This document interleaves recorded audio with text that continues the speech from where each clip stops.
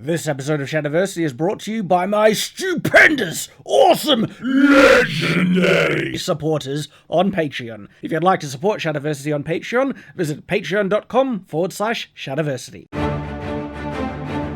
Shadiversity. Greetings, I'm Shad, and a lot of the content on this channel is talking about, medieval weapons. Wonder why? What gave that away? This would be related to my channel.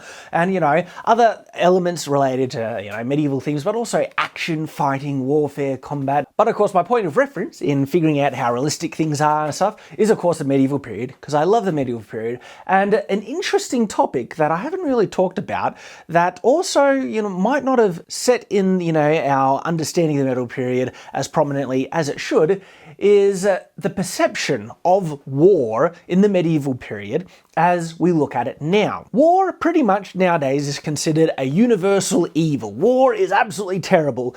I'm not completely on that side. Of course, I think war is terrible. Absolutely that, we would never want to go to war. But if there is a really, really big evil that is ready to try and attack other people and take away their rights, stuff like that, I think the concept of a righteous war does exist, and a perfect example of this is, of course, World War II. I am not a pacifist in the sense that even when there is an evil aggressor attacking someone, that I wouldn't take up arms to defend my family. No, of course, okay? It would have been better if there was no evil aggressor in the first place and we didn't need to do that, but when pushed to it, of course, okay? But when we are pushed to that, there is a general understanding belief that it's a tragedy and we don't want to do it, but not necessarily in the medieval period, okay? They had a different perspective on war and death generally than we do now, which I think is instructive and interesting to try and understand. World War I was a shock to everyone regarding how bad things really could get. Yet that mentality wasn't understood when World War I began. I've had historians describe the attitude that existed about warfare at the beginning of World War I, that when World War I was declared, everyone cheered, but when World War II was declared, everyone cried. This was because we started to wise on to the horrifying reality of how devastating and destructive modern warfare is. And this is the thing that we need to realize. The current modern mentality and view towards war is very different to what existed in the past. The other thing that I want to talk about, which also affects the view on warfare, because in the medieval period there are some, cases that I've come across where warfare was kind of looked at in somewhat of a positive light, whereas we're going to war? Good, sweet, let's go kill those guys, it's gonna be fun, stuff like that. Because they looked at killing and death differently to how we do in the modern day. The first thing that we should understand is that mortality rates were so much higher in the medieval period and just generally the past overall than in the modern day because of medical technology and also hygienic practices, medicine that they had available, how available food was, problems with exposure. I mean, it's amazing how many significant issues that our ancestors had to deal with that we don't even think of. Do you ever worry about freezing to death? In the modern day? No, we don't. Exposure isn't a problem. You just turn on the heater, okay? That was a significant thing they had to deal with during the winter. Snow all around. Big problem. Death was something they just had to learn to deal with. If you were going to have children, there is such a high chance that at least one, if not more, of those children are going to die before they grow into adulthood. In fact, they kind of developed this almost macabre, black humor perspective on death that we probably would find almost offensive. And there are examples of it that have survived. Think about, nursery rhymes and stuff like that. Ring around the rosy, a pocket full of posy, a tissue, we all fall down. That's a song about death. The falling down is people dying. Rockabye baby in the treetop. When the wind blows, the cradle will rock. When the cradle rocks, baby will fall. Down will come baby, cradle and all. It's a song about a baby dying, okay? Oh, and here's another one. Jack and Jill went up the hill to fetch a pail of water. Jack fell down and broke his crown, and Jill came tumbling after. Jack and Jill do not fare well in that nursery rhyme. And these songs and things that just arose in almost like a black humor kind of way, as a way to deal with the horrors of life. And we see that today. Black humor is something that people legitimately use to deal with some of the most horrifying things that happen to them. The prevalency of death was so common that it was even seen as a type of entertainment. When someone was being executed, it drew huge crowds. People came to watch people being killed. That's entertainment, all right? And so you can kind of see with this acceptance that death is a far more common thing that just happens, okay? They've probably already experienced death of loved ones and close ones in their lives as well. I can see a less reluctance and also a desensitization to inflicting death on another person. If they're going to watch executions as a type of entertainment, going to war and stuff like that, doesn't seem, for me, okay, it's funny, depending on circumstances, it's interesting the level of aggression that arises in me whenever I picture anyone threatening my wife and children, okay? Suddenly a switch is flicked in my brain and Shad just goes berserker mode, and if killing someone was the only way that to prevent an evil person harming my children and wife and threatening them, I could see myself doing it quite a lot. But if those protective instincts weren't, triggered in me and stuff like that, I could see myself hesitate in a big way if I was in a really serious situation where I had to kill someone, like a war, because this is a big thing. Like, if I went to war right now, I know, from looking at history, I know most of these soldiers on the other side just like me, okay? And they have no beef against me. They're not really threatening my family. It's their leaders that have caused the war and stuff like that.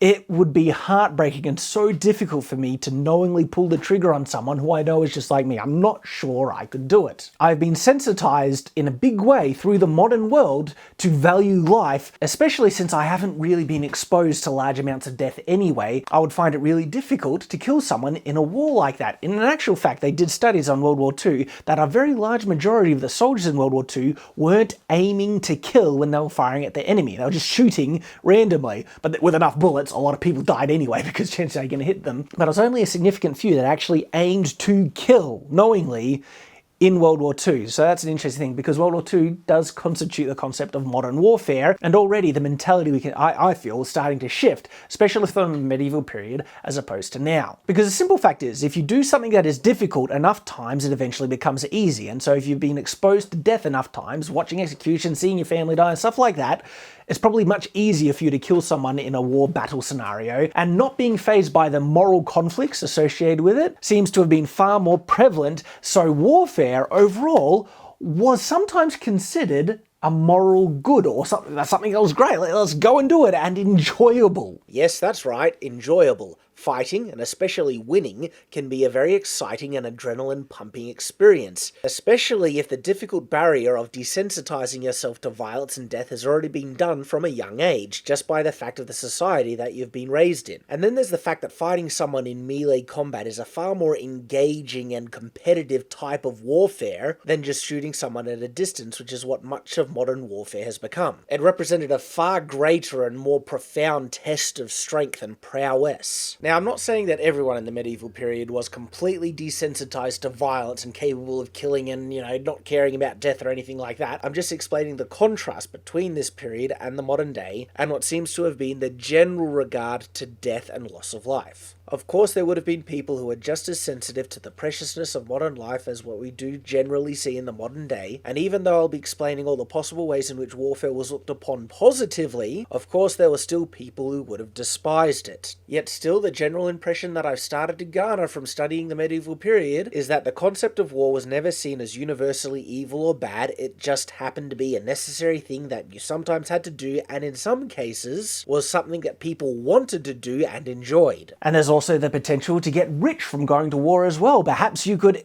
distinguish yourself with some great act of valor and bravery. This is the other side to it. Men are generally more aggressive by nature than women. And by the way, aggression is neither good nor bad, depending on how it's expressed. You can be aggressive in your work, in your business, to gain great, benefits and results. Being aggressive against bad things isn't necessarily bad in itself. So when people say men's natural aggression need to be curbed, no. I disagree with that. And when it comes to physicality, there is this level of competition that manifests itself different between men and women. I'm not saying men are naturally more competitive than women. I think I've noticed that they can be equally competitive, but in different ways. When it comes to feats of strength, acts of bravery and stuff like that, there is this natural one-upsmanship that happened between men to appear and come off as more manly. And a very significant kind of way to show one's bravery, courage, physical prowess and stuff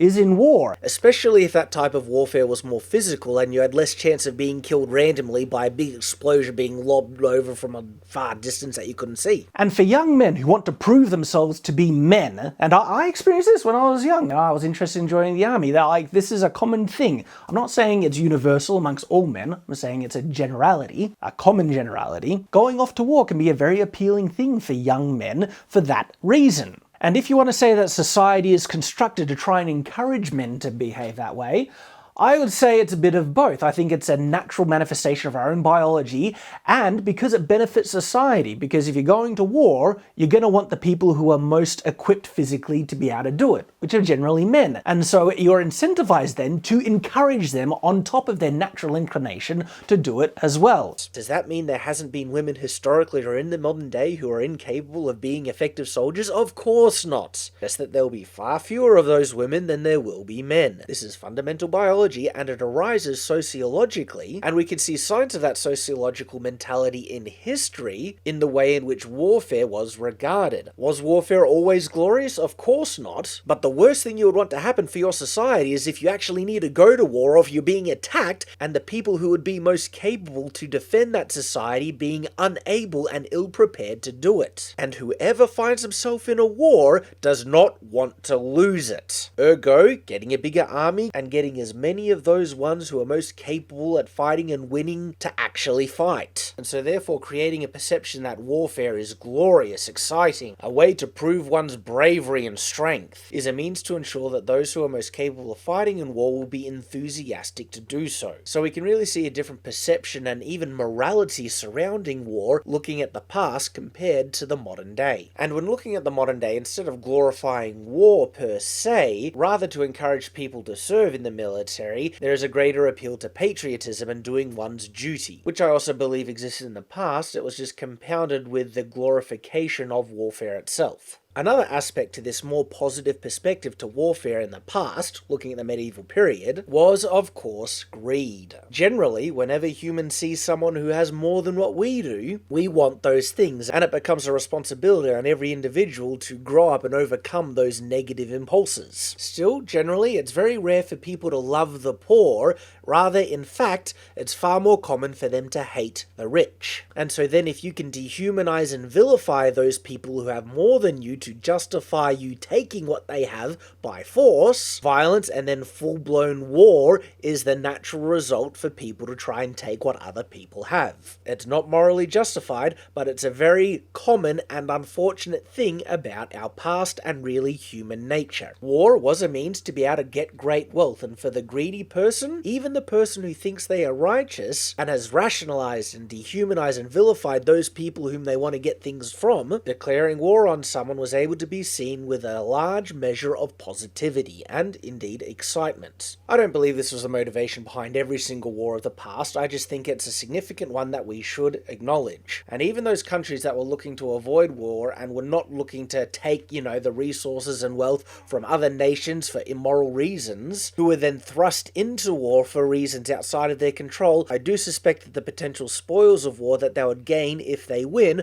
would be, icing on the cake. What seems to be a very unfortunate reality of human nature is that war is unavoidable. It'll be wonderful if we can reach a point sometime in the future in which that can change, but at the moment, because people are imperfect, there's going to be bad people in the world, and if bad people exist in the world, there's going to be conflict, and if conflict exists, war will exist. Now, what I'm not saying in this video is that war was universally seen as a great, wonderful, glorious thing in every single instance within the medieval period. I'm sure there were many times within the medieval period in which warfare was seen as horrible and something that someone did not want to do, especially if you were in the position of getting attacked and you knew that you and your nation did not have the ability to defend themselves properly. War in that sense would be a very bad thing, so we should try and understand this in the correct context. One of the reasons why I find this beneficial and really interesting to understand is that whenever you're trying to depict the medieval period, I think it's important that we try and portray their mindset accurately, how they would view the moral conundrums of their day from their own point of reference and not from a modern point of reference. Because it just makes it more authentic, especially if you're trying to do medieval fantasy, you're running a role-playing game, or you're trying to write a book, or